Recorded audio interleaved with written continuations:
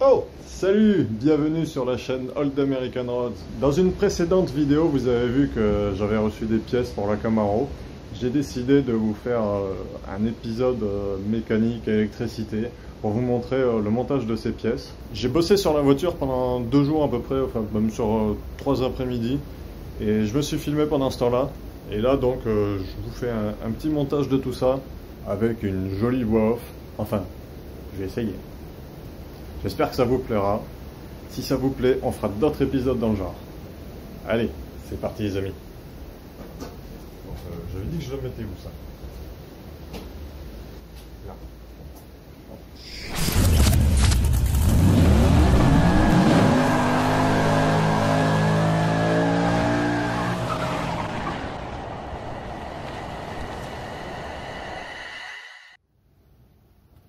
Oh!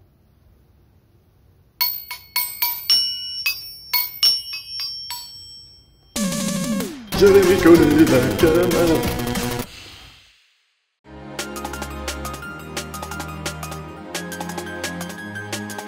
Le support d'alternateur, il fallait vraiment que je le change, car il était très moche et en plus il était même pas stable. Bon, il va de soi que j'ai débranché la batterie avant d'attaquer les travaux, histoire d'éviter des mauvaises blagues. Donc j'ai commencé par déposer l'alternateur, chose qui est très facile sur ces vieilles voitures, car il est vraiment accessible. Ce support était en 2 parties, la patte très moche qui avait l'air bricolée avec de la ferraille de récup, mais aussi un support de la marque Mr Gasket qui se fixe sur le collecteur d'échappement. Et après avoir resserré tout ce qui ne serait plus utile, j'ai mis un bon coup de nettoyage sur le bloc moteur avant d'installer le nouveau.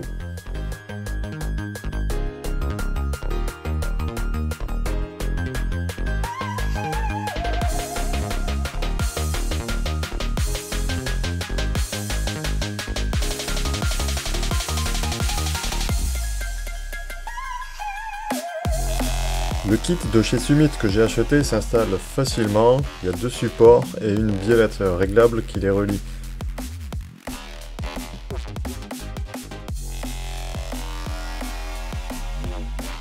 Et une fois tout monté, sans avoir serré, j'installe la nouvelle courroie. Mais là, c'est le drame. Elle est trop courte. Alors je remets l'ancienne. Mais ça ne va pas non plus. Alors la courroie neuve était trop courte. Donc j'ai remis l'ancienne, celle-là est trop longue, parce que quand j'essaye de tendre, voilà, là je suis presque à la bonne tension, mais seulement c'est trop court ici, et voilà. J'ai plus qu'à trouver une autre courroie. Donc j'ai pris les mesures avec une ficelle et je suis allé en commander une chez un fournisseur local.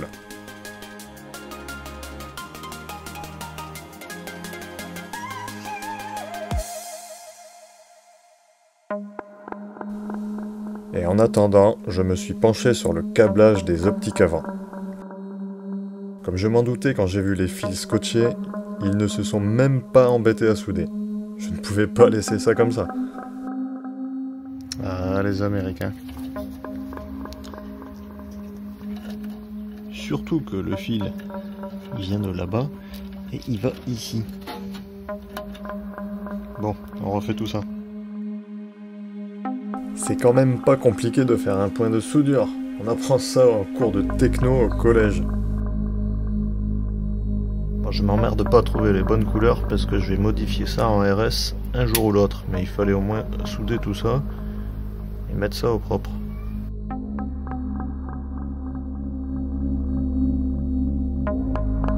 C'est quand même plus joli que des fils qui traînent partout là.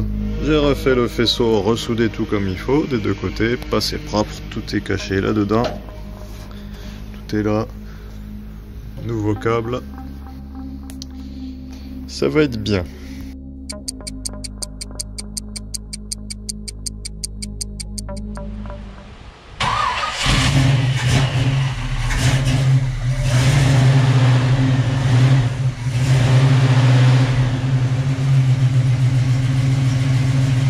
Je laisse tourner le moteur pendant quelques minutes pour vérifier que tout va bien, qu'il n'y a pas de bruit suspect, et ensuite je recontrôlerai la tension de la courroie.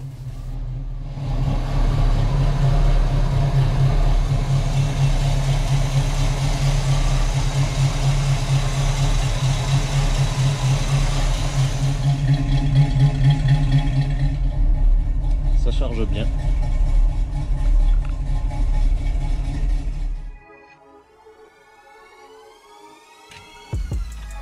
La console centrale, ça m'a occupé pendant un bon moment.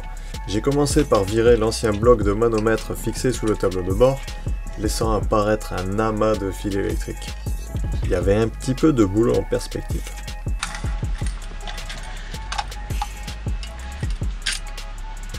Et on va aller tester ça sur le nouveau support.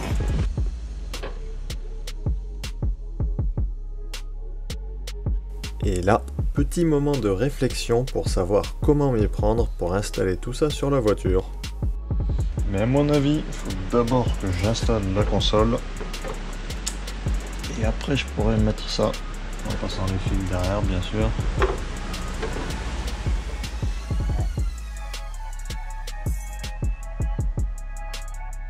D'abord, un montage à blanc s'imposait pour établir un ordre des choses et réfléchir à une bonne installation.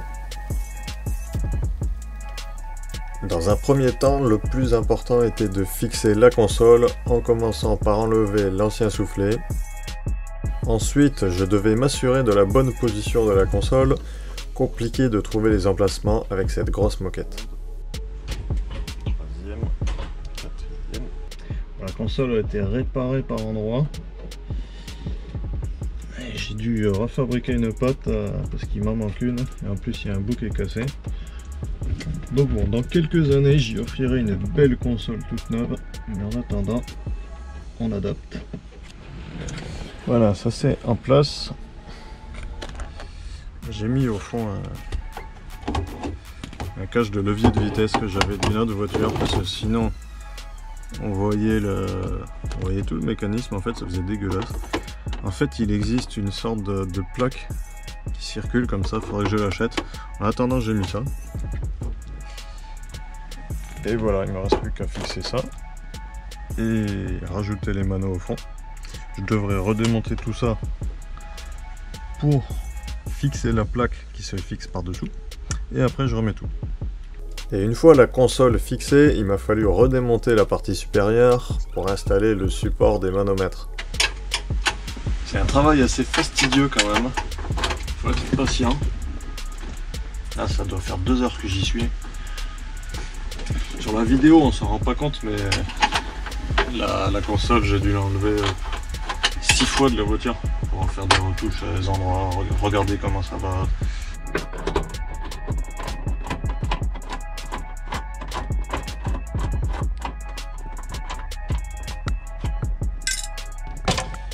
Et voilà. C'est reparti.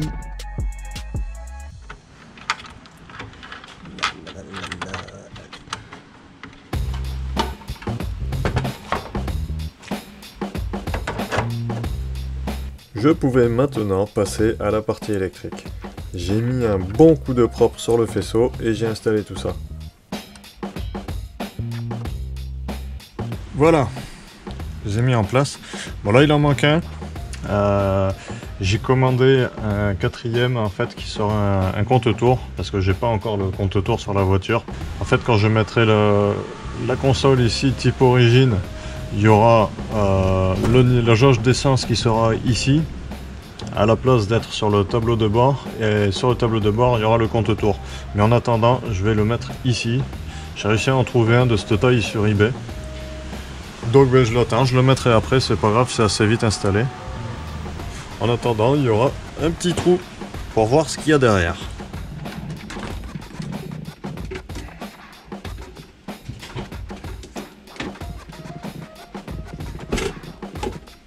Ça va se passer en dessous. Tuto masse, la preuve qu'une masse c'est quand même super important. Vous voyez, si ma masse est mauvaise, l'aiguille elle fait que bouger. Donc c'est important de vérifier vos masses. Et si c'est mal raccordé, tac, et que ça bouge ne serait-ce qu'un tout petit peu. Voilà. Et là je fais juste contact comme ça. Alors que quand c'est bien en contact, ça bouge pas.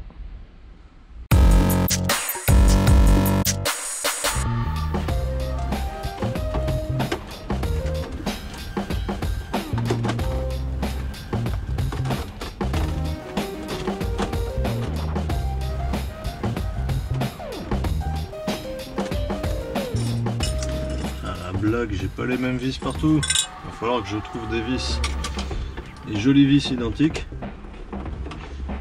Parce que je vais pas mettre des vis dégueulasses là-dessus.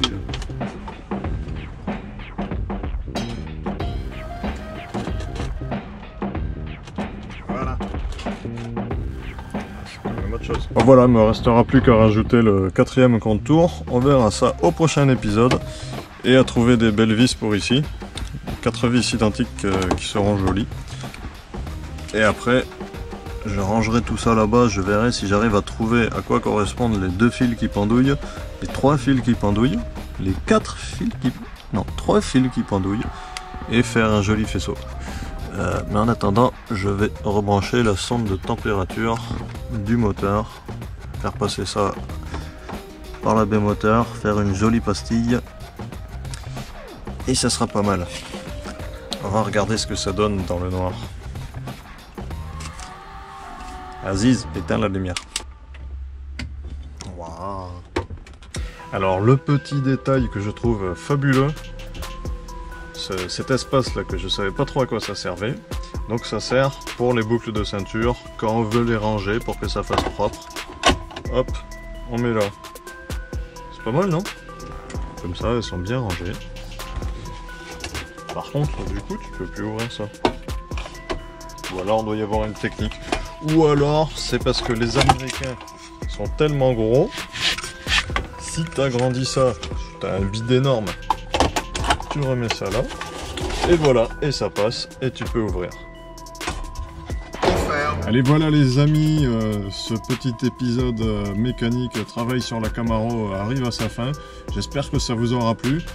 C'est la première fois que je fais une vidéo comme ça vraiment sur la mécanique. Enfin, pas que de la mécanique, il y a aussi de l'électricité, sur la rénovation de la voiture. Dites-moi en commentaire si vous en voulez plus. Ce serait sympa que je fasse une petite série comme ça sur cette voiture.